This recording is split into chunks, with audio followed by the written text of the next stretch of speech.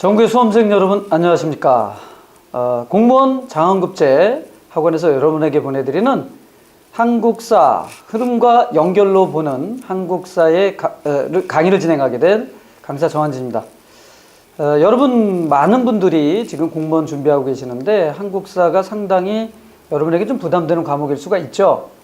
그래서 여러분에게 도움을 주고자 우리 공무원 장원급제 과정에서는 한 5시간 정도로 해서 흐름과 연결로 보는이라고 우리 제목을 붙였죠.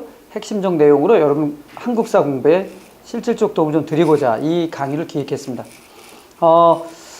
근데요, 이 강의를 시작할 때 한 가지 좀 꼭 짚고 넘어갈 게 있습니다. 말 그대로 흐름과 연결, 핵심적 내용만을 제가 여러분에게 전달하는 거죠. 따라서 한국사 공부가 좀 잘 돼 있고 자기는 뭐 어느 정도 뭐 되는 것 같다 이런 분들은 굳이 이 강의를 보실 필요가 없습니다. 하지만 처음 시작하시는 분들 있잖아요. 한국 이제 공무원 과정 처음 시작하시는 분들 또는 한국사를 하는데 잘 맥을 못 짚겠다 이런 분들 또는 그 두 가지가 뭔지도 잘 모르겠다 이런 분들 이런 분들에게 최소한의 시간을 통해서 핵심을 좀 전달해 드리고자 이 강의를 마련했고요. 그래서 여러분 중에 진짜 잘 하시는 분들은 자신 있는 분들은 이 강의 듣지 마시기 바랍니다. 나중에 들어놓고서 다 하는 얘기 하네? 이러지 마십시오.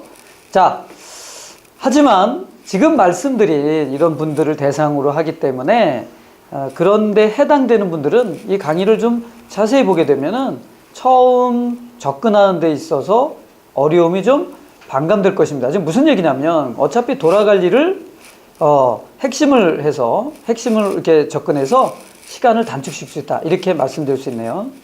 자, 그러면 서설은 요 정도로 하고요. 강의를 진행하도록 하겠습니다. 보통 이 슬라이드 여러분 교재 갖고 있는 거 보면 또 아시겠지만 27장의 도표로 구성이 되어 있고요. 핵심 하나만 좀 말씀드릴게요. 아니, 이 도표를 만든 이유가 있을 거 아니에요, 제가. 그 이유를 중심으로 여러분을 한번 안내를 할 거고, 여러분도 이 도표를 볼 때 저 양반이 저걸 왜 만들었지? 이걸 한번 생각해 보세요. 거기에 한국사를 공부할 수 있는 핵심이 담겨 있습니다. 자, 그러면 한번 시작해 보도록 하겠습니다. 따라오시겠죠? 자, 첫 번째 그림입니다. 청동기 초기철기 시대와 고조선의 성립 발전, 선사적, 핵심 전부 외워야 된다는 거예요. 그리고 여러분 초등학교 때 배운 거나 지금 배우는 거나 내용 달라진 거 없습니다. 예, 그래서 가장 기본적인 내용들, 그리고 모든 과정에서 보통 1번 문제에 출제가 되는, 또는 고전선 같은 거 2번 문제 나올 수 있습니다만은, 그래서 대부분의 수험생들은 어려움을 겪지 않습니다. 자, 그러면 제가 이렇게 표를 만든 이유가 뭘까요? 자, 핵심은 바로 여기에 있습니다. 바로 이거죠. 이 4개의 과정이잖아요. 청동기의 사용, 지배 피지배 형성, 국가의 출현, 고전 성립. 이거를 모두 연결해서 기억해 하시라는 겁니다. 그 이전에 구석기하고 신석기는 그냥 넘어가고요. 그렇다면은 어떤 걸 쓰던 간에 같은 이야기를 하는 거다. 그런데 이제 학생들은 청동기하고 좀 철기의 전례 얘기를 하게 되면은 그 부분에 신경을 쓰다 보면 이쪽에 고조선과 또 깜빡하는 경우가 있거든요. 고조선 뭐지? 이렇게 되는 건데 결국 같은 흐름이라는 거예요. 그래서 청동기 시대에 대표적으로 비파형 동검 얘기를 안 할 수 없어요. 일단 이게 중심이 돼야 되겠죠, 여기가. 그래서 이제 철기가 전래되는 5세기 이후에는 이제 세형 동검으로 바뀌어가고, 저게 이제 핵심이잖아요. 근데 세형 동검의 핵심은 이 세형 동검의 핵심은 뭐냐면 한국형 동검이라는 거죠. 그래서 이렇게 많이 물어본다는 게 핵심이 되겠습니다. 네. 자, 보다 자세한 내용들은 여러분 교재에 잘 나와 있어요. 그걸 접근할 때 어떻게 해야 되느냐. 뼈대는 이렇게 구성이 된다는 거 잊지 마시고요. 그런데 청동기가 쓰여졌을 때 지배 피지배가 형성되고 국가가 출현하는데 그 국가는 고조선이다. 그리고 그러한 청동기 시대의 가장 핵심적 내용 중에 하나가 벼농사다. 그리고 벼농사의 기구에 반달 돌칼 같은 거는 혹시나 돌로 만들었으니까 이걸 신석기라고 생각하시는 분이 있는데 그렇지 않다. 자, 그 다음에 고조선과 관련해서는 관자라는 책이 있거든요, 중국에. 이 관자라는 책이 기원전 한 7세기 정도 되는데요. 이때 이제 처음 이게 이 고조선에 관한 언급이 나와요. 그만큼 고조선의 편년은 올라갈 수 있다는 거고요. 팔조법은 뭐 너무 유명하잖아요. 그리고 단군 신화가 이제 형성이 되는 이런 것은 지배 피지배를 나타내는 증거로 얘기할 수 있잖아요. 자, 그런데 왕이 출현하고 중국의 연나라와 각축하는 상황을 우리가 이제 보통 많은 교재에서 얘기하는데 그 시기가 언제쯤 되느냐? 철기가 전래되는 시기 정도 이렇게 보는 거죠. 예. 그러니까 고조선의 군장 사회가 보다 더 국왕이라고 해서 이렇게 발전되어 가는 과정이다. 이렇게 보는 게 핵심이고요. 그래서 이제 준왕 같은 사람이 등장하죠. 그런데 지금 위만조선이라는 게 등장하잖아요. 기원전 194년입니다. 고조선에서는 너무너무 중요한 그런 내용인데 그 위만이 어떻게 준왕을 이겼을까? 핵심, 바로 철기 문화의 본격 수용이 되는 거죠. 예. 중국은 앞서 있었으니까 철기가 이걸 가지고 와서 청동기 중심의 준왕을 몰아냈을 것이다. 그래서 보통 철기 문화 본격 수용이라는 개념으로 많이 물어보거든요. 여러분 그렇게 좀 정리하시고 한의 침입으로 결국 멸망하죠. 우리 역사의 아픈 모습입니다. 중국과 여러 번 충돌하지만 계속 실패하죠. 그래서 아마 신라는 나중에도 얘기했습니다. 삼국통일 이후에 중국에 대해서 4대의 정책을 쓸 수밖에 없었을 겁니다. 우리의 4대라고 하는 것이 뭐 무조건 나쁘다고만 볼 수는 없는 거죠. 네, 경험입니다. 한 9년이 설치가 된다. 그래서 이 법률이 8조 개가 60여 개로 늘어났다. 뭐 이런 말이 나오잖아요. 결국 핵심, 이 첫 번째 이 흐름도의 핵심은 뭐냐면 청동기의 사용과 국가의 출현, 고조선은 같은 이야기라는 맥락, 요걸 핵심을 여러분 이해하시고 따라서 도구의 특징을 이해하는 것과 뒤에 고조선의 성립의 순서를 같이 병치시키는 게 중요하다는 거죠.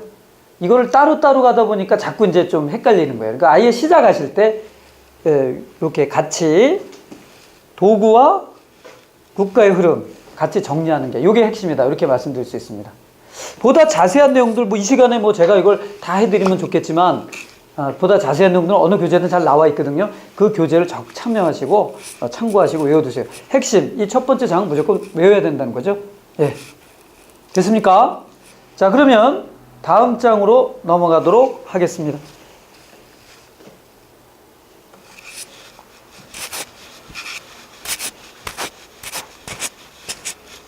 예. 자, 그리고, 두 번째 슬라이드죠? 두 번째 우리 핵심 내용인데, 초기 국가와 삼국시대의 정치적 특징, 이렇게 해서 제목을 붙여놨거든요. 제가 이거를 만든 이유가 뭘까요? 이것도 또 여러분 기억을 하셔야죠. 자, 일단, 고조선이 멸망한 이후에, 그 고조선이라고 하는 군장 국가가 연맹왕국, 고조선이 발달해서 이제 연맹왕국 수준까지도 갔다는 것을 앞에서 말씀 안 드렸지만 여기서 이제 기억을 하시고 그랬던 여러 나라들, 수많은 나라들이 고대 국가 형태로 발전되어 간다라는 것이죠. 이게 이제 핵심인데 그걸 물어보는 문제가 나오진 않아요. 어쨌든 그런 형태로 가게 된 이유가 뭐냐는 거죠. 그게 핵심이 되겠어요, 여러분. 일단 연맹왕국은 왕의 권한이 약했다. 이게 핵심이잖아요. 그래서 이제 여러 나라들, 철기 시대의 여러 나라, 초기 철기 시대 여러 나라들이 이제 성장해 나가는데 그 특징이 왕권이 미약했다는 거예요. 부여 같은 경우는 여러분 이제 외우다 보면 사출도 같은 게 나오잖아요. 사출도. 그 국왕 이외에 부족장들이 다스리는 부분 아닐까요? 사출도란 게. 그러니까 여러분이 사출도 무슨 얘기인지 알겠잖아요. 뭐가? 왕권이 미약했다 이렇게 되는 거잖아요. 그 밖에 고구려나 삼한 지역에도 이런 특징들이 나타난다는 건데 초기 국가에 관한 사료들은 딱 정해져 있어요. 또 다시 한번 얘기하지만 그래서 그거는 어느 교재든 정리가 돼 있죠. 물론 잘 정리가 된 교재가 더 좋겠습니다만은 제 교재는 잘 돼 있습니다. 이런데 여러분이 쭉 정리하시는 게 핵심이 되겠다. 자, 그런 여러 국가 중에 고대 국가라는 국가로 발전을 하는 나라는 딱 세 나라다. 고구려, 백제, 신라입니다. 나머지는 고대 국가로 발전하지 못하죠. 그런데요, 자, 여기서 잘 보세요. 여기까지 어려운 게 없는데, 고대 국가로 발전을 하는 데 있어서의 나타나는 특징들이 한 공통점 5개가 있더라. 왕권은 강화되고, 여기 부족장들이 이제 뭐가 돼요? 귀족이 되냐, 귀족화되고, 율령이 반포되고, 중앙집권이 되고, 이거 뭐 다 아는 거예요, 여러분. 예. 그 다음에 영역이 넓어지고, 불교가 수용되는데, 보통 우리 이 2개를 이제 중앙집권의 형성기에 나타나는 특징. 여기 밑에 보이시잖아요, 형성기. 그 다음에 이 2가지를 보통 이제 뭐 명확하게 나누는 건 아니지만은 발전기다, 이렇게 하는 거죠. 이런 특성이라 이제 보여지는데요. 문제는 고구려 백제 신라에 있어서 이러한 것들이 나타나는 순서가 다르다는 거죠. 그게 핵심이에요, 그게, 여러분. 그러니까 당연히 문제를 낸다면, 여기서 문제를 낸다면 당연히 형성기와 발전기의 순서가 다르니까 그 순서를 물어보거나 순서를 섞겠죠. 그러니까 여러분이 공부할 때 그냥 다 막연히 가서는 안 되죠. 그렇다면은 일단 한번 잠깐 보자고. 형성기에 대해서는 고구려는 태조왕, 백제 고이왕, 신라 내무왕. 시기가 다르죠. 그러면 가장 대표적인 국왕들이지만 이 국왕들을 전후한 왕들의 왕대사가 무척 중요하다는 거죠. 대부분 이제 뭐 삼국사기나 중국 기록을 이제 통해서 이렇게 나오는 거고, 차츰 사료 같은 내용들도 이제 여기서 가지고 이제 구분하라 이런 내용도 나오겠잖아요. 그러니까 여러분, 이 형성기 나타나는 데 있어서의 세 국왕들이 기준이 되지만 각각 시기가 틀리기 때문에 그 시기를 전후로 한 왕대사가 매우 중요하다, 이렇게 볼 수가 있어요. 뭐 구체적으로 제가 뭘 이렇게 이 짧은 강의에 전할 수는 없겠지만, 예를 들면 태조왕 같은 경우는 재위 기간이 90년이 넘는, 우리나라에서 가장 이제 뭐 역사 기록으로는 저는 맨날 세 번째라고 해요. 당군왕검이 뭐 1000년간 다스렸고 김수로 왕이 147년이니까 이분이 이제 세 번째지만, 사실은 뭐 기록은 첫 번째 아니에요. 이렇게 오래 있으니까 왕의 권한이 강화될 수밖에 없는 거지. 자, 그런데 말이죠. 요거는 물어보는 게 별로 어렵지 않은데, 많이 이제 어려운 부분이 바로 이 부분이 되겠습니다. 요게 이제 중요하죠. 바로 삼국의 발전기가 되는 거죠. 여기에 해당되는 거예요. 우리 발전기 봤더니 뭐예요? 정보 활동하고, 정보 활동의 영역이 넓어지니까 뭐 사상을 통합해야 되겠잖아요. 불교 수용하고 이렇게 되는 거 아니에요? 자, 그런데 말 그대로 정보 활동의 순서가 달라. 그리고 불교가 수용되는 시기도 달라. 이게 다 물어볼 수 있는 문제에서 물어보는 고난도 문제가 될 수 있는 거죠. 따라서 이 시기는 매우 중요한데, 힌트를 하나 드리자면 삼국이 정보활동과 발전기로 갈 때 가장 중요했던 지역이 바로 한강 유역이란 거죠. 그리고 그걸 통한 중국과의 교류입니다. 그래서 그러한 한강 유역과 중국과의 교류를 제일 잘 할 수 있던 지리적 여건을 갖고 있던 나라가 바로 백제입니다. 왜냐면 한강 유역에 자리 잡았잖아요. 그래서 이제 근초왕 4세기부터 백제가 더 먼저 이러한 발전기를 해간다. 물론 이제 고구려는 뭐 전부터 발전했습니다만은 한강 유역을 중심으로 봤을 땐 이렇다는 거죠. 자, 그래서 고구려, 그 다음에 5세기, 그 다음에 신라는 6세기로 이렇게 해서 그 한강 유역을 장악하는 게 좀 다르죠. 그런데 여기서 이제 학생들 입장에서는 뭐 이건 다 아는 거 아닙니까? 그러니까 그 국왕들의 왕대사가 매우 중요한데 그것도 앞에서 얘기했지 않습니까? 그럼 뭐 좀 팁이 없을까요? 자, 몇 가지 연도가 좀 하나 있어요, 여러분. 일단 475년이라는 연도를 꼭 기억하시기 바랍니다. 475년에 무슨 일이 있었어요? 한성이 함락되죠. 백제가 몰락한 게 475년입니다. 그러면 475년 이전은 한강역을 백제가 장악했죠. 475년 이후는 고구려가 장악했을 겁니다. 그리고 그 475년에 고구려의 국왕은 장수왕이죠. 그리고 그러면 그 이후의 한강역은 어떻게 됐을까요? 자, 554년이라는 연도를 꼭 기억해 주시기 바랍니다. 이 554년은 관산성 전투라는 것이 이루어지죠. 신라가 한강역을 백제와 같이 차지했는데 고구려 몰아냈습니다. 때마침 신라가 이제 한강 하류까지도 장악을 해버리니까 백제 성왕이 신라를 공격한 사건을 관산성 전투라고 합니다. 거기서 성왕이 죽죠. 전사하고 그럼 결국 그 이후는 또 누가 한강역은 신라가 장악하는 거다. 그러니까 백제는 475년 이후에 사실은 잠깐을 빼고는 한강역을 장악하지 못한다는 거예요. 그러면 475년과 554년이라고 하는 큰 틀, 이 삼국 항쟁의 틀이죠. 요거를 기억하면 여러분에게 큰 도움이 될 것이다. 네. 그러면 그 이후 7세기의 상황은 어떻게 돼요? 여기 보세요. 신라가 이 한강역을 장악했잖아요. 그러니까 원래 한강역의 주인이었던 백제, 불만, 고구려 빼앗았다가 장악했다가 빼앗겼죠. 그러니까 고구려 백제는 신라에 대해서 압력을 넣을 수밖에 없어요. 특히 여기서 하나 여러분이 알아야 게 7세기에 642년의 항쟁의 전투가 중요해요. 이게 뭐냐? 신라의 합천 대야성, 신라 대야성이 함락되는 거예요. 그러면 이 대야성이라는 것은 경주로 가는 길목인데요. 그리고 643년, 가죠.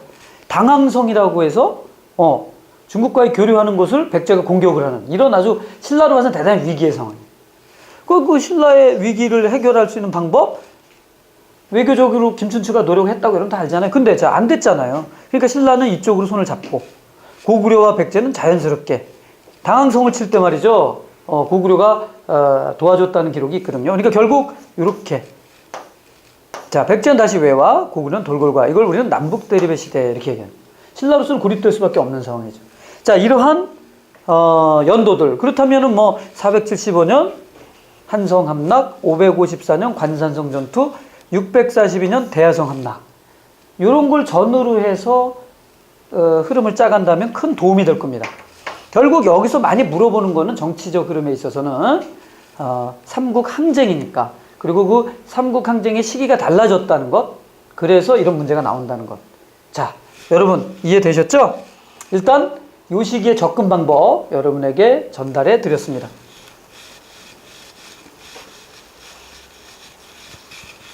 7세기까지 우리가 한번 살펴봤는데요. 제가 표를 만든 이유를 여러분이 기억을 하셔야 되는 거예요. 왜 이런 표를 만들었을까? 그 다음은 어떻게 돼요? 남북국의 형성과 신라하대의 특징. 말 그대로 남북국은 얘기했습니다만 통일신라죠. 그래서 신라의 통일이 있었던 게 676년입니다. 그런데요, 물론 이제 그 통일 과정에서 요새 이제 많이 강조되는 게, 이 통일 과정과 관련해서는 부흥운동이죠. 백제와 고구려의 부흥운동이 있었다. 근데 그 부흥운동의 세부적인 사항들도 잘 물어보더라. 그렇다면 뒤로 갈수록 이제 역사적 사실들은 되게 많아집니다. 여러분 교재의 내용이 이제 점점 많아질 거예요. 그런데 그 내용을 여기서 다 할 수는 없죠. 그럼 어떻게 접근을 해야 되느냐? 일단 신라가 중심이 돼야 된다. 그래서 676년 신라가 삼국을 통일합니다. 물론 발해라는 국가가 서서 우리가 이걸 남북국이다 이렇게 이제 명칭을 쓰지 않아요. 물론 그 남북국 명칭은 조선 후기에 이제 실학자 유득공이라는 사람이 처음 쓰게 됩니다만은 우리가 이제 그걸 이렇게 붙이고 있습니다. 그러면 신라 통일 이후의 구도를 어떻게 봐야 되냐? 일단 왕권의 전제화라고 하는 것이 이제 핵심이죠. 왕의 권한이 되게 강해졌다. 그 얘기는 항상 같이 물려가는 것이 귀족의 세력은 약화된다는 거죠. 왕의 권한은 강화되고. 이 두 가지입니다.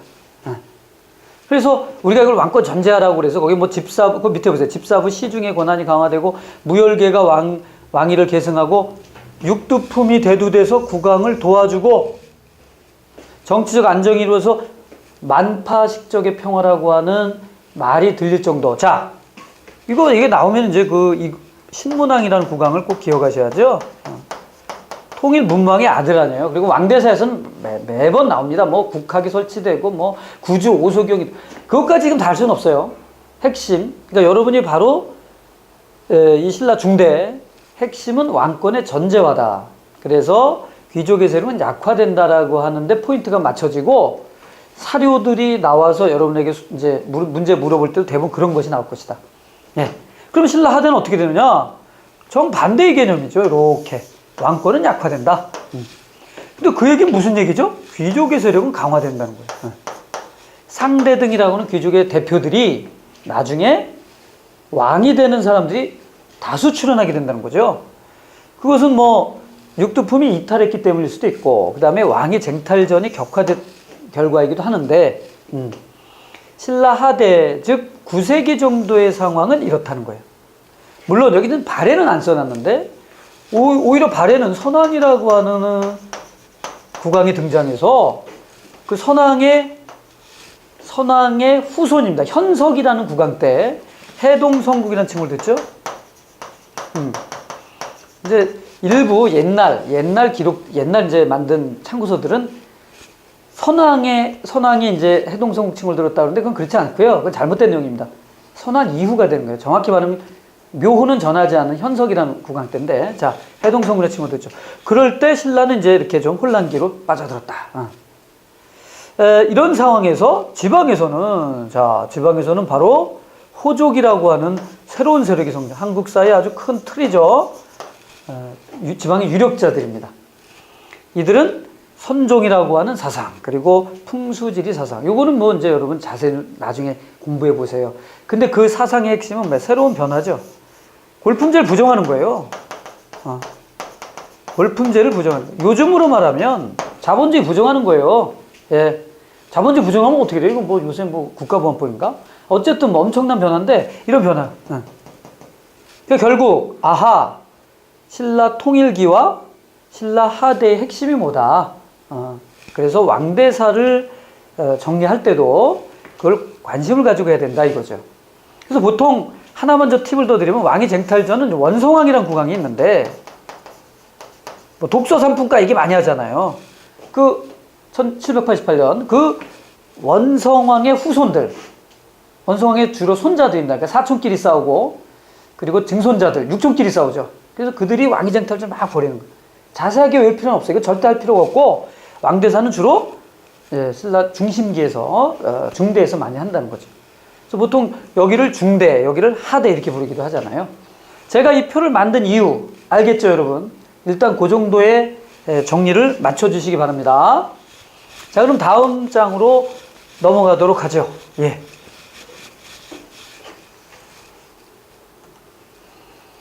자, 이 다음 장은 이제 제목이 고려시대의 정치적 흐름과 대정책 이렇게 되죠. 고려에 관한 얘기인데, 근데 이제 많은 학생들이 여기서 이제 그러면 선생님, 경제, 사회, 문화는 어떻게 됩니까? 네, 맞습니다. 경제, 사회, 문화도 매우 중요하죠. 근데 우리가 아까도 했지만 한국사의 흐름과 이해 아니겠어요? 한국사의 흐름을 이해하는데 가장 중심 키워드는 일단 정치사, 그리고 왕대사가 가장 중요하다고 봐요. 제도사하고요. 거기에 이제 여러분이 경제, 사회, 문화를 같이 이렇게 붙이는 거기 때문에 일단 그 흐름을 이해하는 데 있어서 정치사를 일단 정리했습니다. 그럼 경제, 사회, 문화는 또 뭐, 그거는 제가 또 제공하는 표가 또 있어요. 그거 보시면 되는데, 일단 아까 얘기했잖아요. 우리 누구 대상으로 한다? 아주 초보를 대상으로 한다고 했잖아요. 자, 그러면 이해하시고, 고려의 정치적 흐름을 이제 정리하는데, 정치사죠. 그런데, 아까 보세요. 신라 말에 진골 귀족과 호족이 대두했어. 바로 그 호족이 중심이 돼서 후삼국이 성립이 됐고, 그 후삼국에서 바로 이제 후고구려죠. 후고구려에 있던 왕건이 고려를 건국하는 과정을 이렇게 간단히 제가 정리해 놨습니다. 그러면 이 표에, 제가 이 표를 또 만든 흐름은 물론 이렇게 세대 교체도 있겠습니다만, 여러분 공부할 수 있는 방법이 뭐예요? 이 후삼국에 관해서도 이제 뭐 후삼국의 통일 전투들이 있어요. 뭐 1,2천 전투니 뭐, 그쵸? 그 전에 공산 전투니, 그런 전투 같은 거는 물어볼 때 어떻게 돼? 어려운 문제가 될 수 있어요. 그래서 여러분 이거 좀 정리를 해야 되는데, 그것도 그것이지만 고려가 건국됐을 때 일단 왕의 권한이 호족이 중심이 됐기 때문에, 고려가 건국됐을 때 호족 중심의 국가가 됐기 때문에 왕권의 강화가 이루어지지 않았다는 거죠. 그러니까 태조 왕건이라는 사람의 카리스마는 이렇게 강하지 못했다는 거예요. 따라서 고려가 건국됐을 때 제일 먼저 해야 될 게 뭐예요? 왕권 강화. 여기에 국왕들의 노력이 들어갈 것이다. 그렇다면 당연히 고려 초의 국왕, 예를 들어서 태조, 광종, 성종, 이 왕대사들의 핵심적으로 물어보는 내용은 바로 이게 될 것이라는 거예요. 왕권 강화. 그러니까 왕권 강화와 된 거를 먼저 공부를 해야지 무조건 뭐 세부적인 거 할 필요가 없다는 거죠. 태조 왕건 같은 경우는 뭐 호족을 통합하고 왕권을 강화하고 여기 태조권 일단 볼까요? 북진 정책을 하고 그렇죠? 다 왕권 강화와 마찬가지 이렇게 맞물려 있다는 거예요. 그 다음에 여러분 광종하면 또 뭐가 있어요? 과거제도 있잖아요. 과거제. 뭐 과거제도 다 왕권 강화와 맞물려 있는 거죠. 예. 그 다음에 성종하면 뭐가 있어요? 지방관 12목의 지방관을 파견해라. 최승로 시무 28조 맨날 나오는 거거든요. 자, 그러면 그런 것들의 핵심은 뭐예요? 고려의 초기의 국왕들이 가용한 국가의 자원을 국왕 중심으로 끌어들이려고 했다는 거예요. 이게 핵심이 되는 겁니다. 그러니까 주로 물어보는 문제도 이렇게 물어보는 게 일반적인 문제고, 개중에 이제 어렵게 내기 위해서는 먼저 9급 일행직이라든가 뭐 가끔 이제 7급도 있어요. 그러면 여기 이제 국왕들의 아주 짜잘한 것들 있잖아요. 예? 주연 공부법이라든가 뭐 광종에 뭐 이런 거 나온다는 거지. 근데 그거는 여러분이 뭐 이제 이런 걸 중심으로 해서 짜면 되겠죠. 특히 광종 같은 임금은 많이 언급이 되고, 그의 왕대사는 순서적으로 어떤 게 먼저고 어떤 게 나중인지를 여러분 쭉 정리하셔야 됩니다. 그래서 교재를 정리할 때, 교재 만들 때 여러분 될 수 있으면 뒤에 그 교재에 연도가 많이 표시된 교재를 선택하는 게 중요해요. 예. 그래서 광종 같은 경우에 이제 어려워질 경우에는 그 순서를 이렇게 쭉 정리하는 그런 문제로 나올 수 있다. 예. 자, 이런 상태에서 국왕들이 왕권을 강화해 갈 때 호족은 분화가 된다는 거예요. 중앙의 태조를 지지했던 아주 중요 그런 대호족들과 다르게 지방에서도 지방 세력가로 대두하는 호족들이 있었어요. 그들 우리는 향리다 이렇게 얘기를 하죠. 이 성종 때 말이에요. 성종 때 향리의 등급 9등급으로 하는 그런 규정을 마련했다고 기록이 나오죠. 이것도 다 왕권 강화지만 새로운 계층이 등장합니다. 향리란 계층. 그러면 이 고려의 향리를 많이 물어봐요. 이들은 아직 국가가 왕권을 강화해 가던 상황이기 때문에 지방에서는 이들이 세력가가 되는 거예요. 그래서 이들이 지방행정의 중심이 될 수밖에 없는 거잖아요. 그게 고려의 지방행정제도의 특징이 되겠습니다. 지방관이 파견되지 않은 곳, 우리가 속현이라고 많이 부르죠. 속현을 장악했던 향리들, 과거를 통해서 중앙정계로 나갈 수 있었던 향리들. 예. 그리고 초기에, 국가 초기에 고려는 나라 이름을 고려라고 정했고 태조가 북진을 했잖아요. 상당히 민족적이죠. 민족의식이 각성됐던 시기예요. 그러다 보니까 당연히 북방민족과는 충돌할 가능성이 높아졌습니다. 그래서 거란의 칩이 있는데 뭐 강감찬의 귀주대첩은 현종으로 나옵니다만은 뭐 성종 때부터 이제 충돌하게 되잖아요. 그래서 국난극복사 관광천의 귀주대첩이 어느 시대, 요 시대쯤에 맞는다 이렇게 맞춰서 기억하시면 좋겠습니다. 예. 물론 우리 고대 국가에서 고구려의 국난극복사 예를 들어서 612년에 있었던 살수대첩, 645년에 당나라 태종을 물리쳤던 안시성 전투, 뭐 이런 거는 우리가 그냥 넘어왔는데 국난극복사를 묶어가지고 하나의 문제로 나올 트렌드가 요새 강하니까요. 그것도 정리를 하셔야 되는데 어쨌든 이런 정치적 흐름과 맞물려 있다는 걸 좀 기억하시면 좋겠습니다. 예.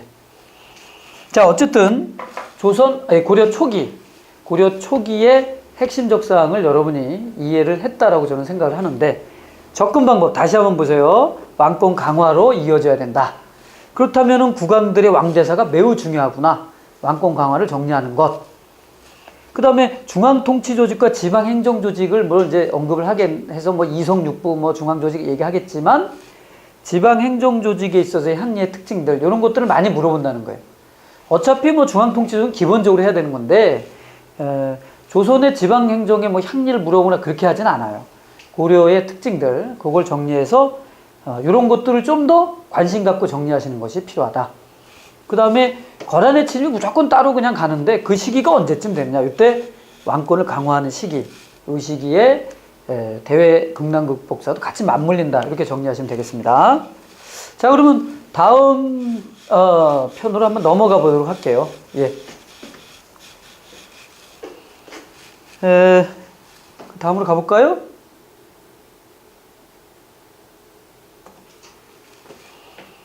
자, 고려의 정치적 흐름에 있어서 제가 두 번째로 만든 이런 표인데요.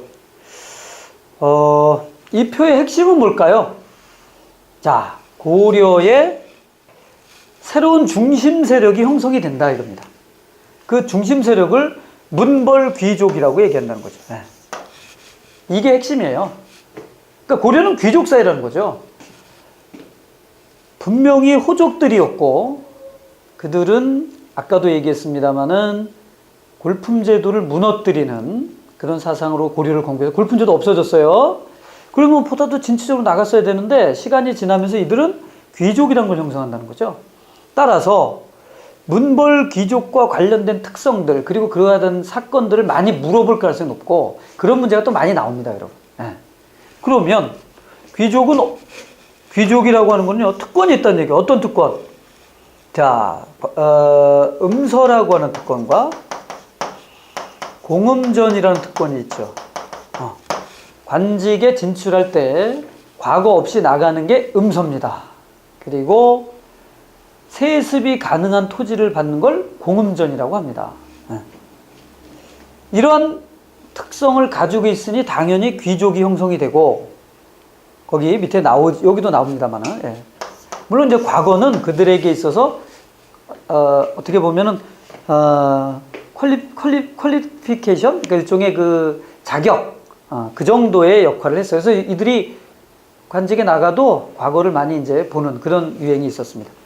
결국 고려는 이와 같이 하나의 벌을 형성하는 식으로 이렇게 귀족이 형성되다 보니까 대부분 뭐 중서문화성과 그 다음에 중추원의 고관들이 모이는 걸 우리가 뭐라고 불러요? 제추회의라고 그러잖아요. 그런 식의 정치 흐름이 형성이 되고 도병마사 그리고 여러 면에 있어서도 귀족들 중심의 굳이 얘기하면 뭐 구제학당이라든가 귀족들이 이제 과거에 합격하기 위해서 만든 사설 교육기관 아니겠어요? 자, 이런 것들을 다 그런 맥락에서 이해를 해야 되는데 많이 물어보는 것 중에 하나가 이러한 특권으로 인해서 모순이 생긴다는 겁니다. 네. 특권을 가지고 싸우게 되는 거예요. 그래서 이제 변화로 이자겸의 난과 묘청의 난 같은 것을 기본으로 물어보죠, 여러분에게. 결국 제가 이걸 만든 그 핵심은 결국 귀족사회라고 하는 고려 중기의 특성을 얘기하는 것입니다.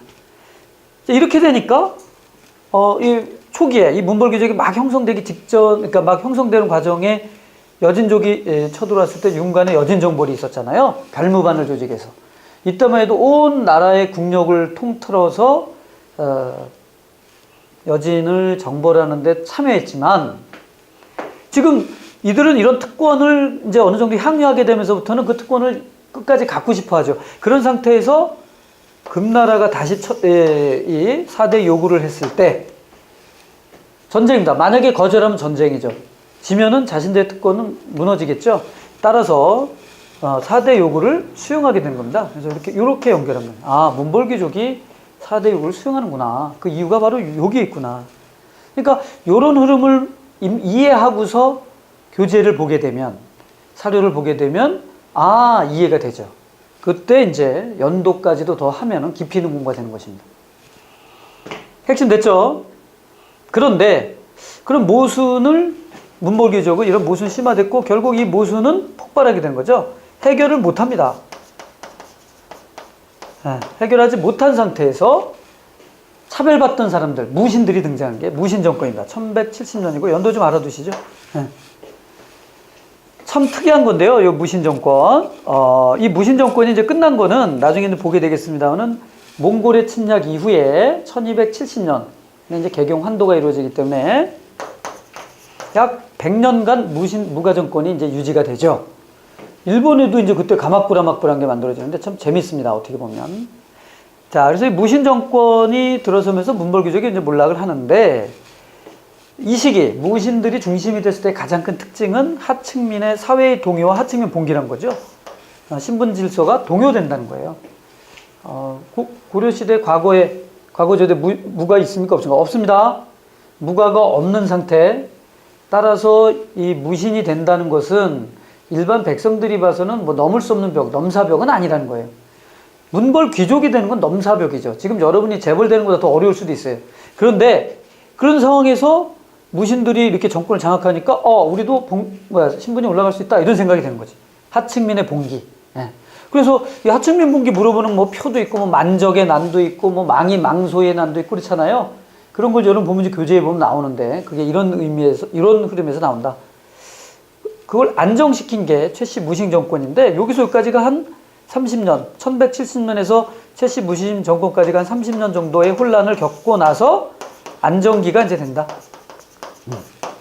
이렇게 정리하시면 되겠습니다. 최씨 무신 정권의 기구 뭐 교정도감이라든가 이런 것들 이제 많이 있죠. 그의 아들 최충원의 아들 최후가 정방을 설치한다든가 뭐 이런 것들이 있을 겁니다. 특히 이 시기의 이제 특징이 뭐냐면 이 향리 세력입니다. 이 향리 세력이 중앙 정계로 진출하는 시기가 바로 이때죠. 무신 정권이 아무래도 요즘 말해서 뭐 가방끈이 짧다고 그러나요? 그러다 보니까 이제 향리 이제 아무래도 유학을 공부한 향리들을 많이 진출시켰죠. 최후 같은 경우에 뭐 이규보 같은 사람이 이때 등장하는 겁니다. 이규보 동국 이상국집을 썼던 이규보 같은 사람들이 이때 이제 올라가게 되는 거죠. 누가 그러대요. 가방끈이 짧은 건 괜찮다. 가방이 커야 된다 이렇게 얘기했는데 네, 맞습니다. 저도 그렇게 생각을 하고요. 자, 이규보 이런 상황에서 무신 정권 무너뜨린 게 몽골과의 전쟁이다. 그래서 몽골과의 전쟁, 그 시기가 한 30년 이렇게 나오잖아요. 그래서 몽골과의 전쟁으로 인해서 무신 정권이 무너진다. 이렇게 정리하시면 되고, 그 몽골과의 전쟁이 이를 때, 바로 이제 몽골에게 뭐 강화를 맺죠. 뭐 좋게 말하면 강화고, 나쁘게 말하면 항복을 했어요. 그 이후에 이제 몽골의 지배가 이어지는 상황. 그때 세계 제국 몽골로부터 아주 보편적인 사상인 성리학이라고 하는 것을 고려도 수입하기 시작한다. 성리학의 수용의 시기가 바로 몽골 침략기다. 이렇게 정리하면 되겠습니다. 바로 그 성리학이라고 하는 게 나왔다는 것도 중요하죠. 우리나라에서 이 성리학이 이제 등장했고 이것이 바탕이 돼서 이제 조선으로 연결이 되는 것이니까요. 일단은 뭐 여기에 어려움은 없다고 여러분 보여지고요. 핵심 귀족 사회의 형성이고요. 특권들 그리고 그로 인한 여러 가지 난들 이렇게 정리하시는 거 잊지 마시기 바랍니다. 그렇다면 자 고려 말은 어땠을까요? 고려 말 한번 넘어가 볼까요? 예. 자 그런데요 시간이 다 됐네. 일단 뭐 여기 정도까지 해서 일단 뭐 마무리를 좀 짓죠. 예 그리고 조금 쉬었다가 다음 과정을 진행하도록 하겠습니다. 여러분 수고하셨습니다.